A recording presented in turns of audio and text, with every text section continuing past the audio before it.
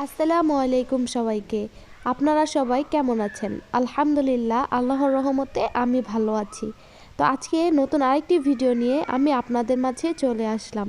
আজকের ভিডিওটা হচ্ছে আমি আমার কাকিদের বাসায় গিয়েছিলাম। ওই বর্ষাকালের একটি ভিডিও আগে আমার ফোনে ছিল, তাই একটা ভয়েস দিয়ে আপনাদের কাছে আপনাদের সাথে আর কি সেটা শেয়ার করতেছি। আমাদের এইখানে রাস্তার অবস্থা অনেক খারাপ, এলাকার ভিতর দিয়ে রাস্তার অবস্থা মানে অনেক বেশি খারাপ, কাদা কাদা অবস্থা অনেক।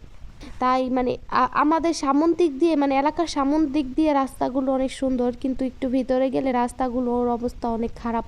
মানে কিছু জায়গায় ইট বিছানো হয়েছে, আবার কিছু জায়গায় ইট বিছানো হয় নাই, শুধু মাটি। তো সেই জায়গায় অনেক মানে বৃষ্টি আসলে একদম কাদা কাদা হয়ে যায়, বা কিছুতে পানি পড়লে মানে এমন কাদা কাদা হয়ে যায়।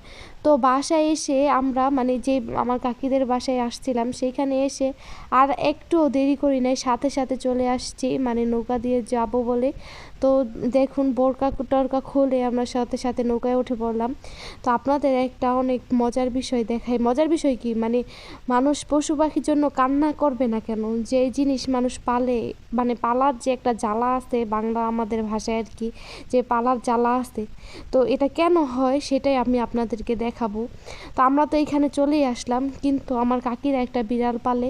তো এখানে তো আমাদের কাকাতো বোনরা আমাদের সাথে আসছিল।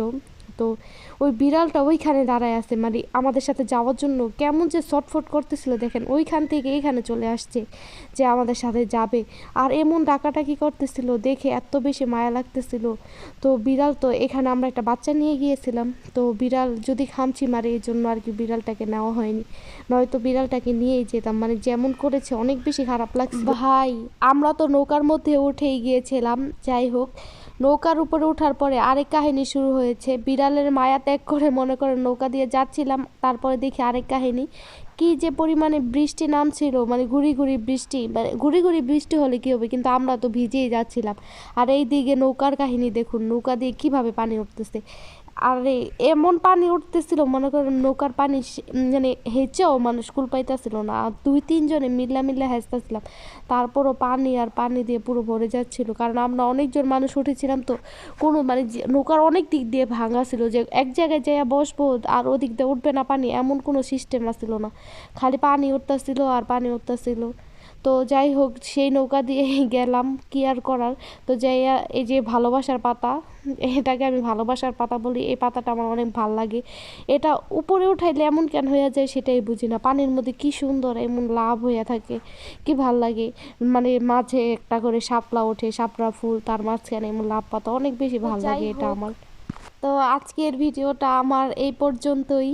তো আমরা তখন আর বেশি কিছু করি নাই, কারণ আমরা নিজেরা মেয়েরা মেয়েরা গিয়েছিলাম। তো তো অত বেশি ঘুরতে পারি নাই, তো সেই জন্যই আর কি বাসায় চলে আসছি। পরে বিকালে আবার আমরা গিয়েছিলাম একজন ছেলেকে নিয়ে, তখন অনেক সুন্দর সুন্দর ভিডিও করেছিলাম। আর আজকের ভিডিওটা এই পর্যন্তই করেছিলাম। আমরাই আর কি নিজেরা নিজেরাই নৌকা বাইছিলাম, আবার কেউ কেউ মানে কেউ নৌকা বাইছিল, কেউ একটু শাপলা নিয়ে, মানে যে যার মতো আর কি ভিডিও করছিল। তো অতটুকুই করেছি, এর বেশি কিছু করতে পারি নাই। তো ওই যে দেখেন পানি পাইয়া আমি কিভাবে হাত পা সব পানিতে ডুবাই দিছিলাম।